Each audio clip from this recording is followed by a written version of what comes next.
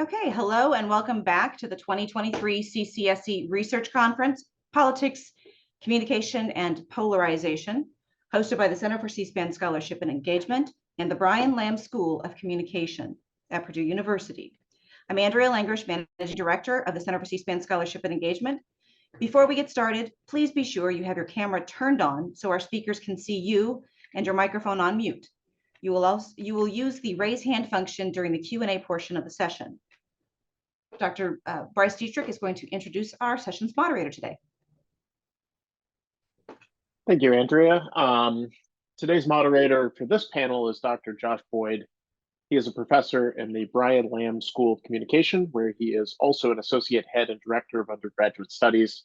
Dr. Boyd earned his Ph.D. at Indiana University, which we will not hold against him, an MA from Ohio University, and a BA from Lipscomb University. A Purdue faculty member since 2005, Josh has been recognized with multiple faculty awards, including the Outstanding Undergraduate Teaching Award in memory of Charles B. Murphy and Kenneth T. Kaufmel from the College of Liberal Arts. He serves on the advisory committee for the Center for C-SPAN Scholarship and Engagement and was instrumental in creating the CCSE Undergraduate Research Competition and the new Communication 5-Minute Challenge, which offers financial awards of up to $500 for winning presentations. Dr. Boyd has been published in numerous research articles on issue management, sports communication, higher education outlets, including the Wall Street Journal Communication Theory, Communication Education, and the Journal of Applied Communication Research. Please join me in welcoming Dr. Josh Boyd. Thank you. Well, hey, this is a fun panel every year because we get to see some of our outstanding undergraduate students who have been engaged with the C-SPAN archive. And so what you're going to see today is some of the students that participated last year in our 5-minute challenge presentation contest, where students are given some training on using the C-SPAN archive to make their own clips. And then they have to choose a communication concept and find a clip that will help them teach that concept essentially in a 5-minute presentation. And we usually have somewhere around 15 or 20 participants in this competition. And we usually choose 3 or 4 of the most outstanding ones to join us for this research conference and share some of their work. And it's open to students at all levels, freshman through senior. And our winners that are going to present today represent that diversity. So our first speaker is going to be Alex Kubon. Alex is a senior majoring in communication with a concentration in media and mass communication, along with a major in applied statistics. He's the treasurer of sports analytics at Purdue and a member of the Purdue Club Baseball team. He has a strong interest in sports analytics. I had him in my sports communication class, and he certainly kept me on my toes. And it's good to see him again and hear his presentation on mean world syndrome this afternoon with help from the C-SPAN archive. So take it away, Alex. Hello, I'm gonna share my screen right now. And just let me know if everything's good. Are we ready?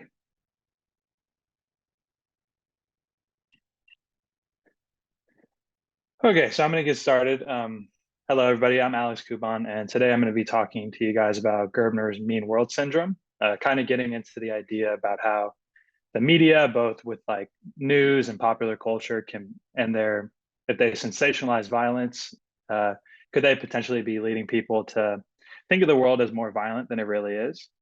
So the definition of mean world syndrome that I'm going to be working off of comes from Gerbner, saying that cognitive bias forces people to perceive the world as more violent than it really is as a result of long-term exposure to violent content circulating in mass media. So that can be like a TV show, different movies, stories, whether you see them in your local community or if you see them on CNN, Fox News, MSNBC. Media is kind of like a double-edged sword, the way that I've looked at it. You can see that obviously it serves the purpose of informing the people, but at the same time, given the commercial aspects of it, you might doubt the motivations of different news platforms to get people to watch, because a lot of the times people might realize that interesting things like violence, they sell and they're interesting to learn about. So I wanted to further just look at the definition of cultivation and how you can look at that when in the process of communication. So you can see that obviously with 2A and like the foster the growth of. So Gerbner was working off the idea that repeated viewing of content with negative tones can just have those negative tones seep into the perceptions of everyday people.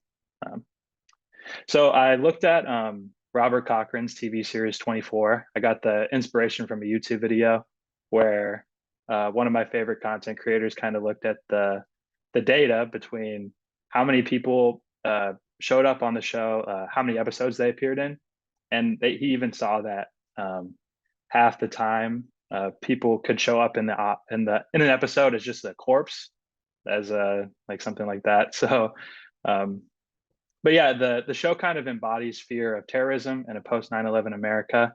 And there's often the way that Jack Bauer solves his problem is just by defeating a terrorist with violence. And it's an extremely violent show with a lot of death.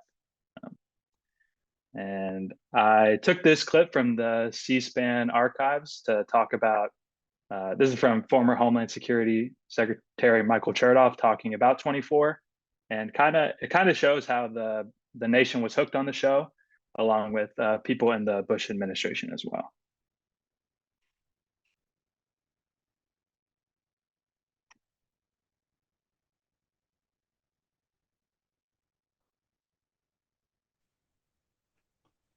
Alex, could you reshare your slides to include the audio?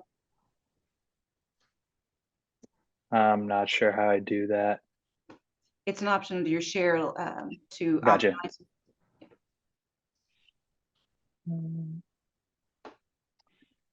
Can you see my screen as I'm trying to figure it out? No. Okay. Well, You can see your let's slide. We see your slides. Mhm. So go down to share screen probably, Gotcha. and click on that. Share sound. Yeah.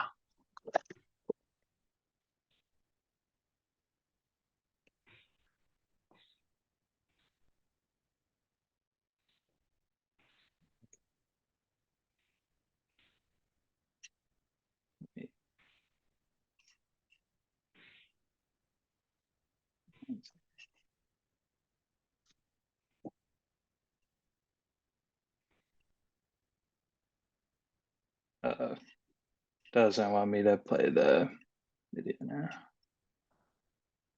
Let me see.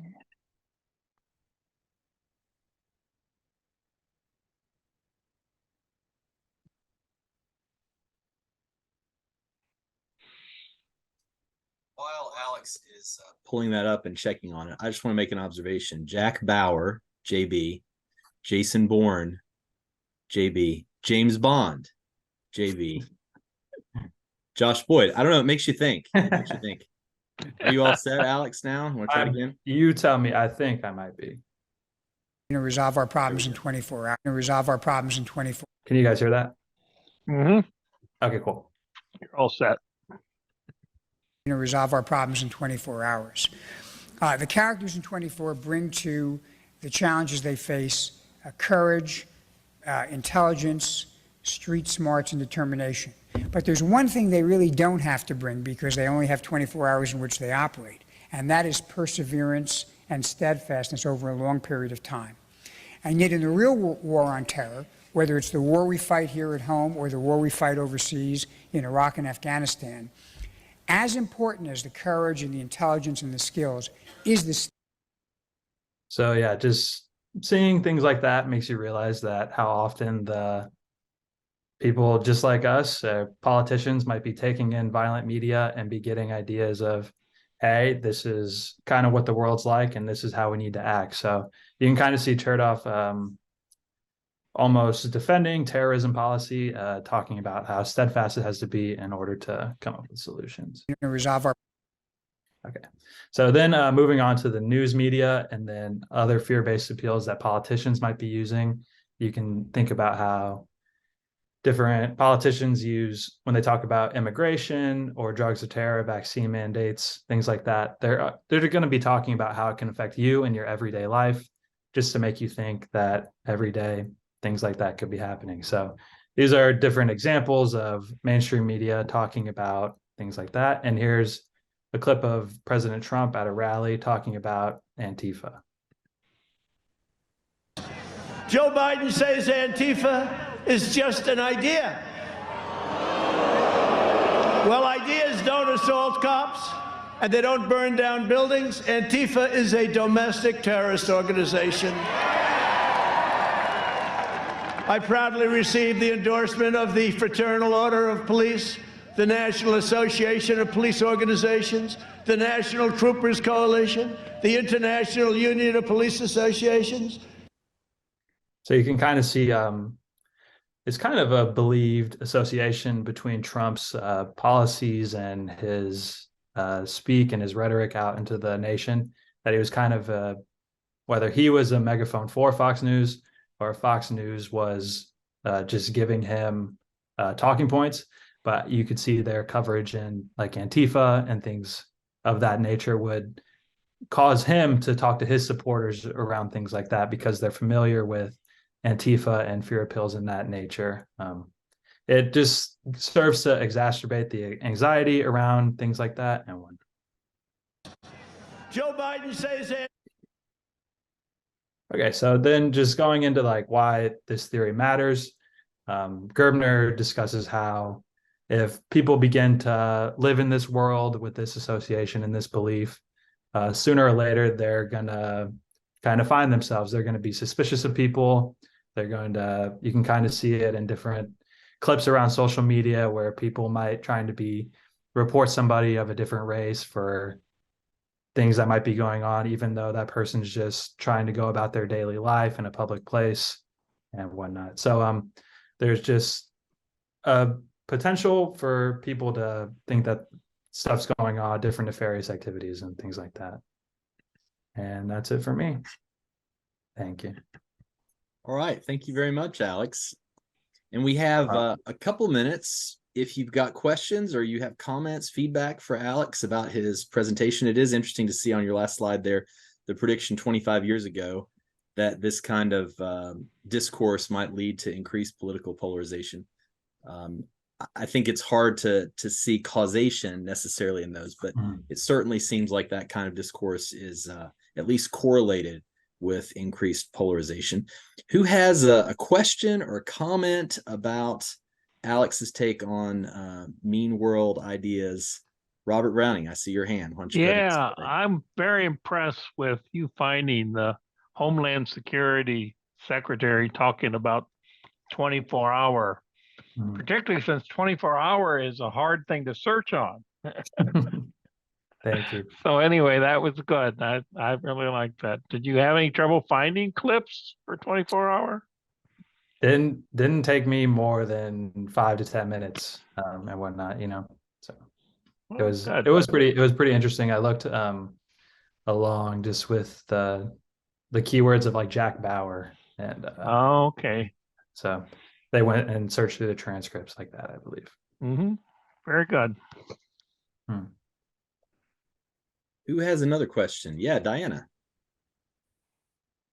So you talk about mean world syndrome and kind of the concept of mainstream news media or with politicians and things like that. But do you see this manifesting at all on social media in younger generations? I definitely believe the algorithms play into the popularity with algorithms come with violence, and videos are fun to share just in my everyday life back to public schools. And if there's like a fight in the hallway, if there's a video of it, it pops off and everybody's talking about it and things like that. So you can go with I'm trying to think of different like sensationalized topics other than violence, but just when people do that tends to happen. So.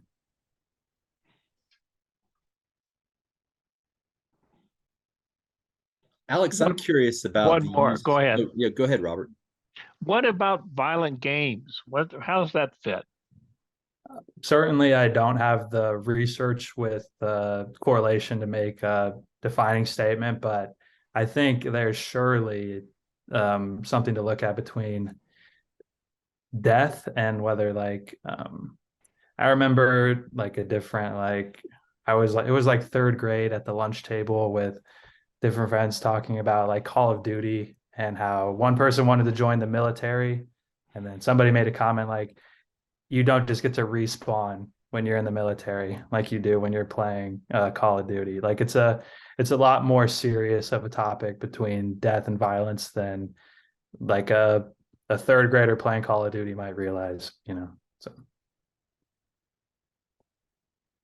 So I was going to ask about a political leader using a fictional program as kind of an example. Like I understand the desire to relate to, you know, what people are watching and talking about.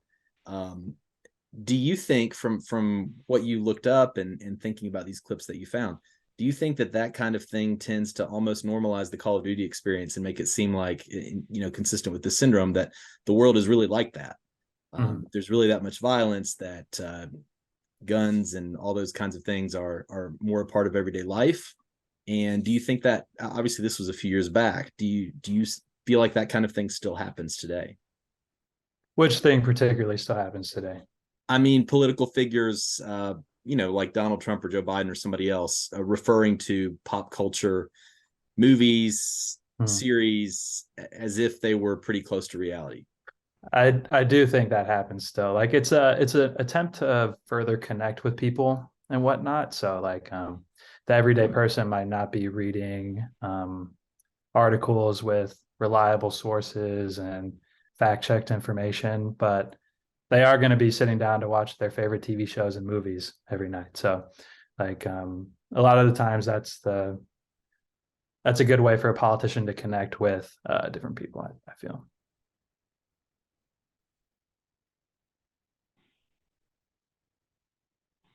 Thank you, Alex, and thank you for your questions and discussion.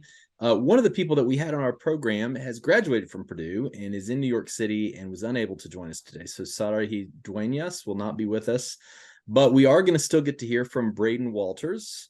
And Brayden is next up. He is a sophomore pursuing dual degrees in electrical engineering and general management. And he also likes to participate in the Purdue Triathlon Club, where he serves as an officer. So Brayden, the virtual floor is yours. Take it away. Thank you. Let me share my screen.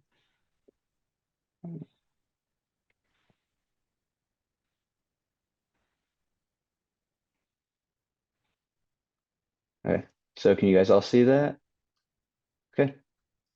So my topic, I'm Brayden Walters, and my topic is about the use of narratives in the debate over prison reform. So I'll just go ahead. So currently the United States represents 5% of the population, yet we currently have 25% of the global population of incarcerated individuals, according to Bailey in 2022. Despite the staggering statistic, this issue is often pushed aside due to its isolation from the regular population. Despite this, it is still a very important issue that needs to be discussed, and is therefore imperative that there is effective communication and persuasion over this issue, which is often isolated from the population. And one way in which this is done currently is through the use of narratives. So today I'll show you the effectiveness of narratives in the push for prison reform by going through a few examples and kind of defining what a narrative is. So what are narratives and why are they important? A narrative currently is defined as any use of a personal or heard story that is used to create mostly emotional appeals. So according to Mazzucco and Green in 2011, stories can help to transport their audience to a world that's different from their own. And this can help benefit the audience by helping to bring them into issues that they may not have very much experience with, one of which being prison reform. Stories can also further benefit from their strength against refutation, as the audience often does not spend time fact-checking stories while they're being told, and instead is focused on being kind of engrossed in this alternate reality to their own. So through these next clips, I'm going to show you some examples of narratives being used within the debate on prison reform to analyze how effective they are. So this first clip comes from Anthony Graves. He was a person who was incarcerated and on death row, but he was wrongfully imprisoned. So I'll let him.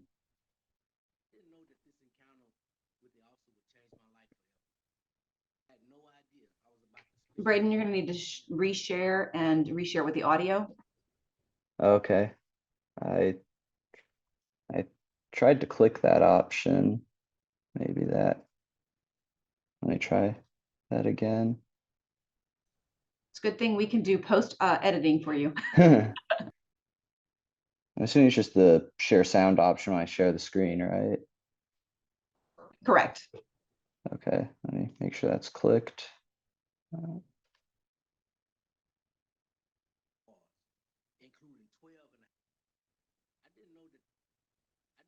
Can you guys hear it now?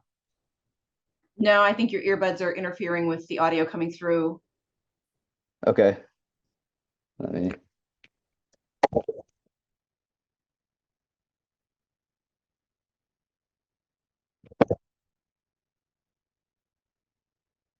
Is there any way for me to bypass that? Yeah, I think short of you taking your earbuds and disconnecting them for the moment, that's Okay, probably about it. let me do that then.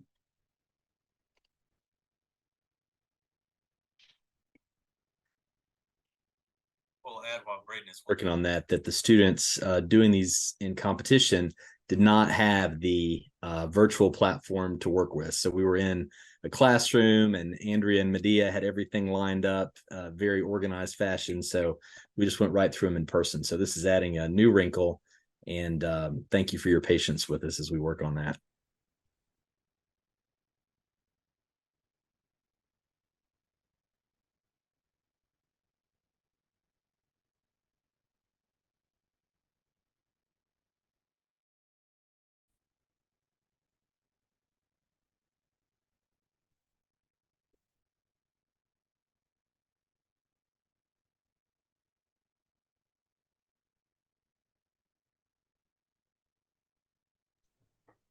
Well, Dr. Boyd, while Brayden is working on that, can you give them a little background on how you helped create the undergraduate research competition, and then obviously the subsequent 5-minute challenge that we'll be introducing this year? Sure. So we obviously try to encourage instructors and faculty members to use the C-SPAN archives as research opportunities, as teaching opportunities. But especially at Purdue, we really wanted students to recognize the resource that we host so locally as well. And so we tried to think of a way to incentivize students kind of learning how to use it and then seeing what they could find, because there is so much in the archive, obviously not just from what aired on C-SPAN in the last several decades, but the footage that people have brought in to presentations and things. So it really goes much farther back than I think students realize it does, and touches a lot of things. And so money has been a decent motivator to get students to do some research and kind of play around with it, and hopefully make some connections to things they've been learning in classes as well. So we started it as kind of a more conventional speech contest, and now we're really focusing on using the clip to kind of crystallize one idea, and it's interesting to see how it's developed. And of course, the center also sponsors a podcast competition, which is a similar kind of thing to try to encourage students to use the resources in the archive to find content that they can pull into things like podcasts. So can you guys hear me? Yes. I can hear you. Okay, so let me try sharing my screen again.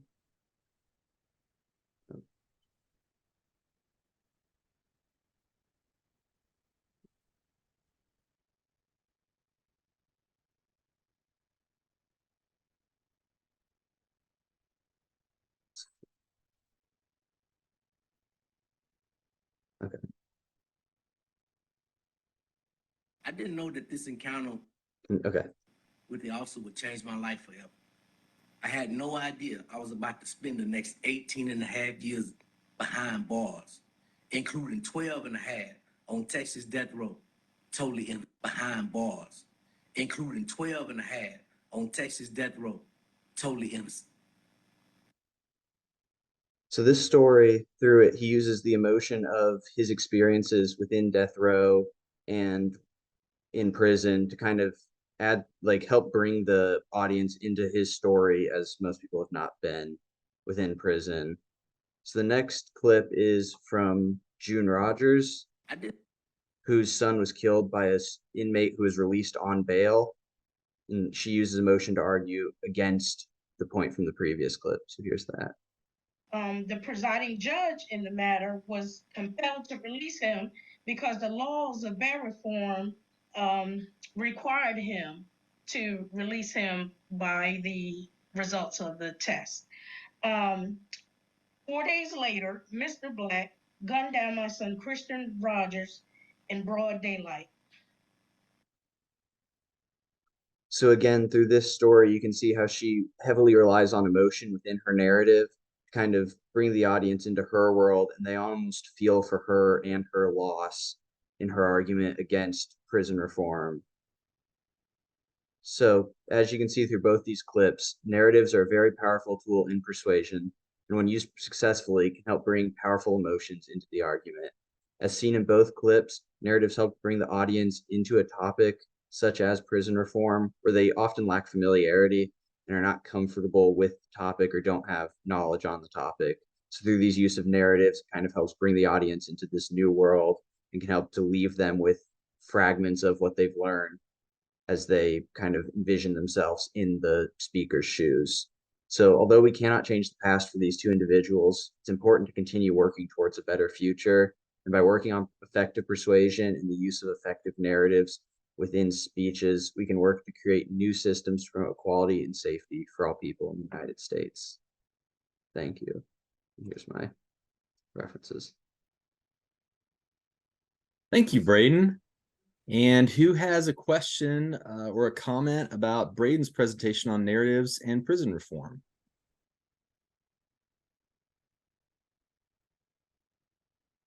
Bryce. Yes, thank you, Brayden, for the great presentation. So my question is about the videos themselves. So when it comes to these narratives, like what is the power of video? So that's kind of the first question when it comes to these things. And then the second that's related to that is that one of the benefits of C-SPAN is that we have kind of uncut video. And so do you think that kind of uncut video in this type of debate is more or less persuasive than what you would get from, let's say, a political ad or something along those lines?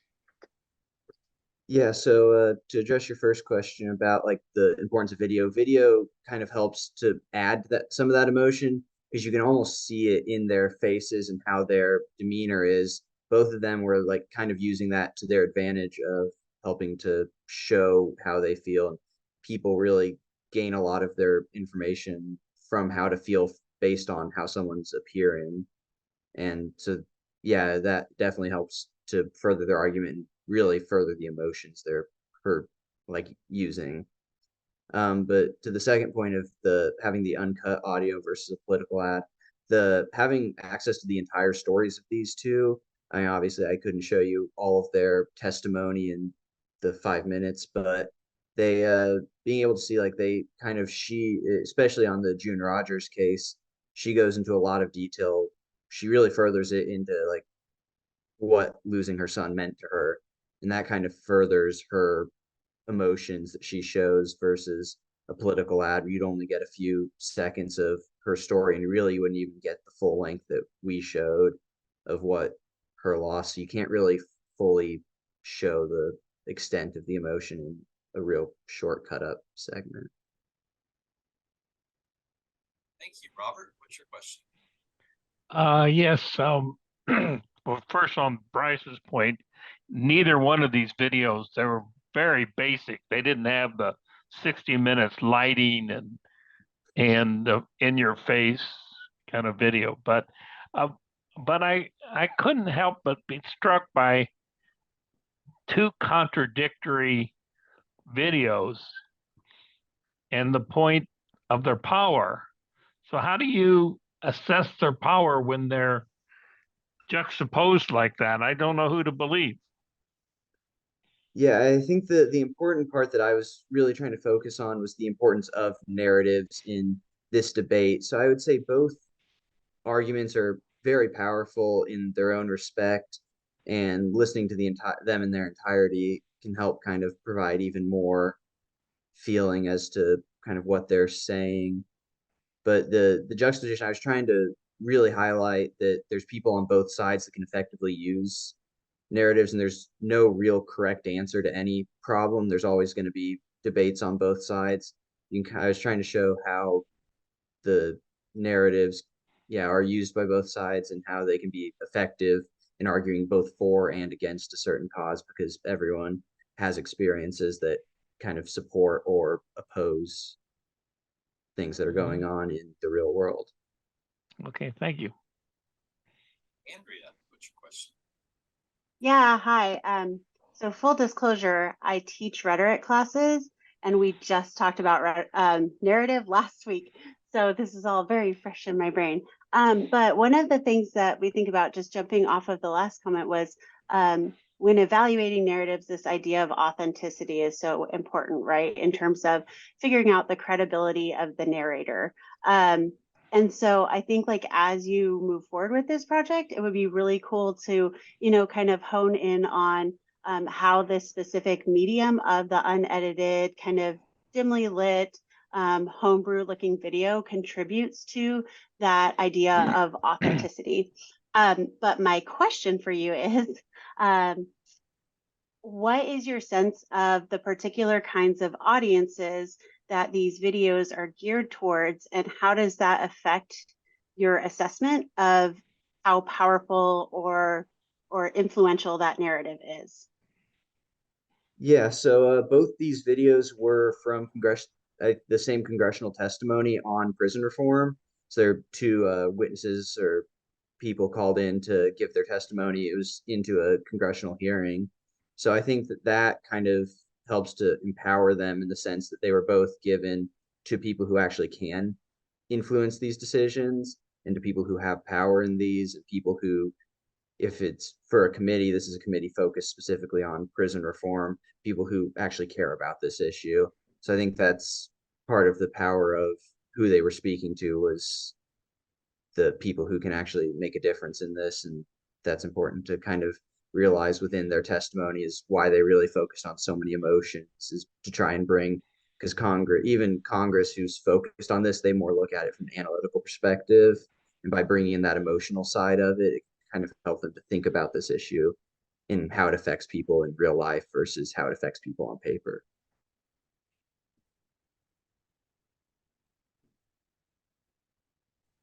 Who has another question or comment for Brayden?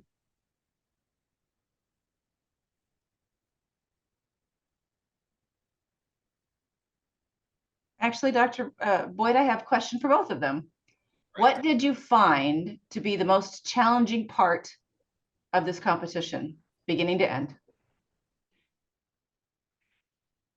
For me, the most challenging part was selecting a topic, because on the C-SPAN archives, there's so many options with, like, there's countless hours of different congressional videos. So really choosing a topic and kind of honing in on what I wanted to do was probably the hardest part. I'd agree on the basis of there's so many different communication theories you can be working off of, but it's also really interesting / difficult to tie that into a specific political communication aspect. So you also have like a wide range of things to be working off of, but you kind of have to, in order to find engaging C-SPAN clips, you kind of have to relate it to a pretty relevant political topic, I feel. Thank you.